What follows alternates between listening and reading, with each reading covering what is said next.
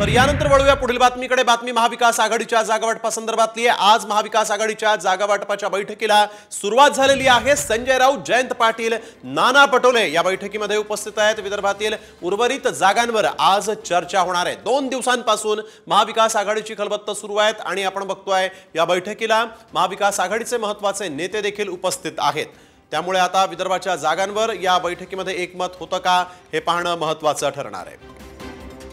सचिन गाड आमचे प्रतिनिधी आपल्या सोबत फोन लाईन वरून जोडले गेले आहेत। सचिन, आपण बघतोय 2 दिवसांपासून खलबत्त सुरू आहेत, आज देखील ही बैठक होती आहे। आज या बैठकीत नेमका काही तोडगा निघू शकतो का?